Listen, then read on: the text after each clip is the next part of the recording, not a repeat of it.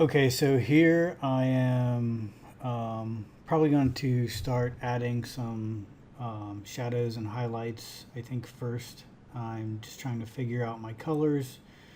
The colors that I have selected are okay, but I'm going to tweak them a little bit. Right now I'm naming all of my layers,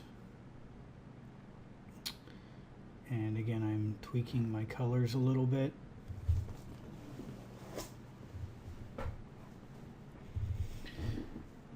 It's important to start with a good color scheme, but it's not necessarily super important to stick to it exactly. I like starting with a decent color scheme and just using it as a starting point, and kind of just changing my colors around from there. I'm kind of rushing through this because to be honest, I'm ready to start making my orthographics and modeling this guy, but I do want to show how you can actually make something like this look nice and finished quickly.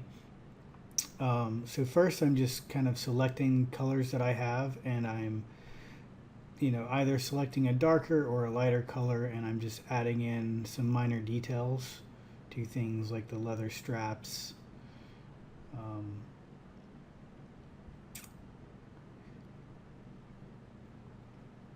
Just to give it some tiny details, and I do this pretty quickly. This whole video here probably took me like 30 minutes, maybe less. I'm just quickly adding in some quick details. I'm not really being super tedious about it. I just want to have some, some little details here and there.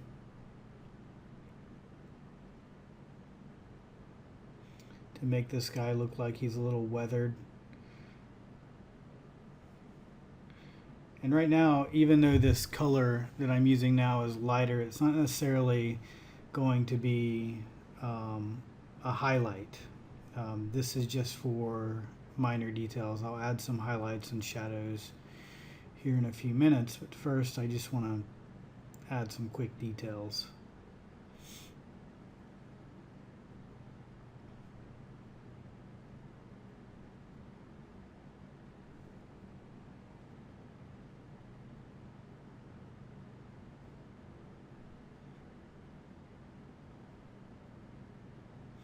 Not only will this like simulate things like scratch marks and weathering, but like you see what I'm doing here with this bedroll, or this like kind of sleeping bag type thing. It also insinuates form. So just throwing all these lines on this sleeping roll type thing,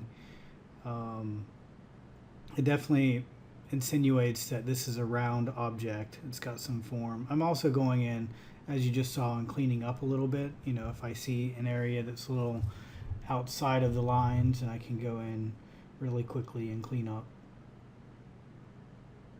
And here I just kind of want the bottom of his pants to look a little dirty and maybe wet and grimy. So I'm adding a little darker gray color.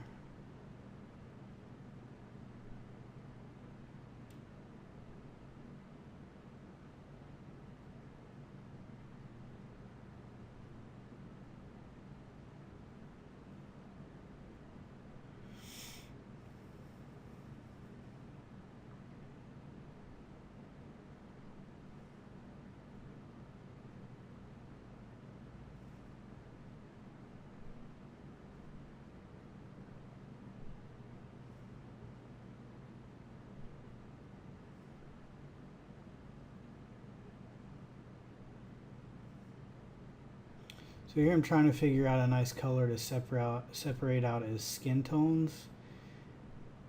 I start with pink because usually things like the inside of your ears are pink, but he's got kind of a green skin tone, so I ended up going with something a little bit more green. And even, as I'm choosing it, I'm not sure that that's quite the right color for it. But it's all trial and error. It's all, you can change it at any point. You can always back up and paint over it.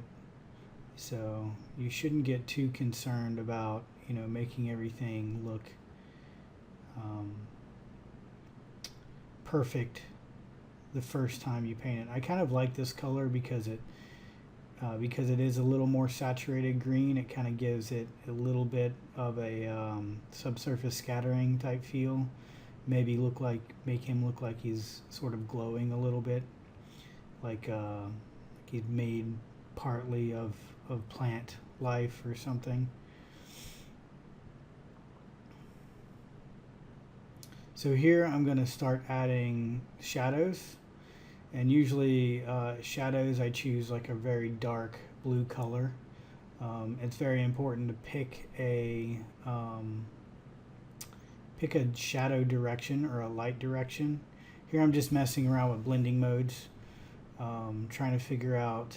I think I actually forgot which blending mode I usually put my shadows on, but I'm choosing a light direction, which is very important. And I'm not doing this necessarily to show shadows to you as a viewer, but I'm doing it to help myself as well.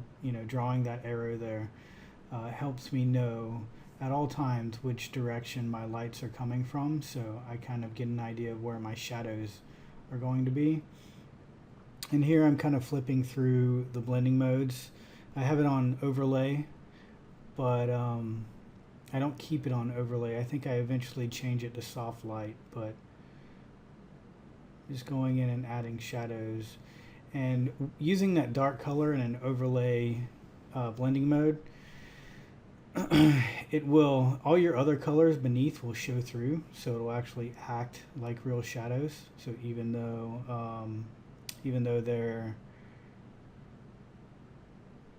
you're painting over them, some of the color beneath is going to show through, which happens in real life with shadows.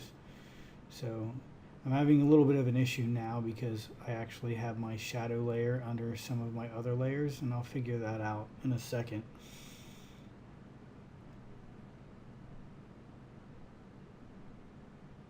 I'm kind of trying to figure out what's going on with my layers, why they're not showing up on the shirt. And here I realize that my shadow layers are just under some of the other layers. So here I go through and I figure out. I switch it to soft light. I think that's a little better of an option. So just going through painting some shadows really quickly, not really being super tedious about this. This is concept art. This is supposed to be a nice piece of concept art that I could put in my portfolio, but it's not necessarily going to be the masterpiece. The masterpiece in this project is going to be the final model that's going to be rigged and textured and everything. So it's important that you develop your concept art and flesh it out and get an idea of what your character is going to be. This not only helps figure out things like color and details, but it also gives you an idea of who your character is, because you're going to spend time thinking about your character the entire time you're working on this guy, or whatever character you happen to be working on. So this stuff is very important to me, and I think it's important in general, just purely on a creative aspect, and not necessarily it will help the final product, the fact that you're fleshing out these ideas. It'll certainly help the final product technical wise.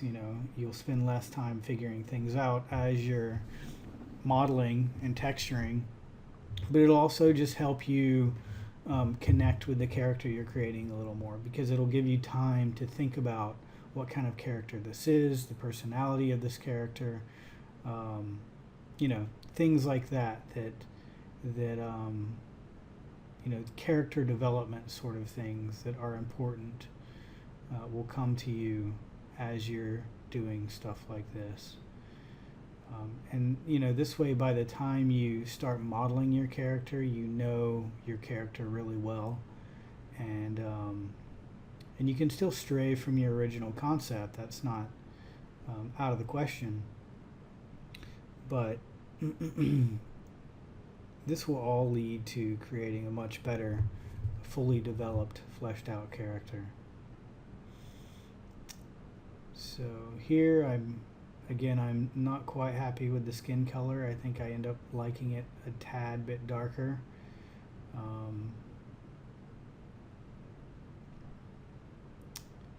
Yep. And now I'm going to start doing the highlights. And for the highlights, I use the same color. I don't change the color at all, but I do switch the blending mode to, I think I color dodge maybe. Let's see what I end up with. Linear dodge. So linear dodge is the color I end up with.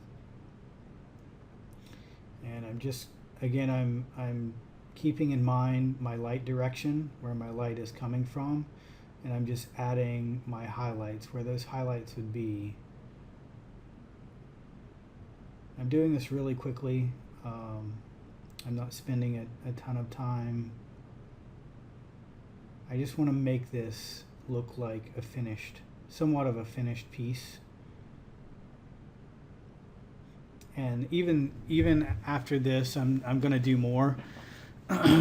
Even before I start working on my orthographics, I'm going to kind of put this guy in an environment and make him look like he's belongs in a place, and maybe draw a little bit of a ground environment for him, and do some post-processing to make it all look, make it all kind of fit in.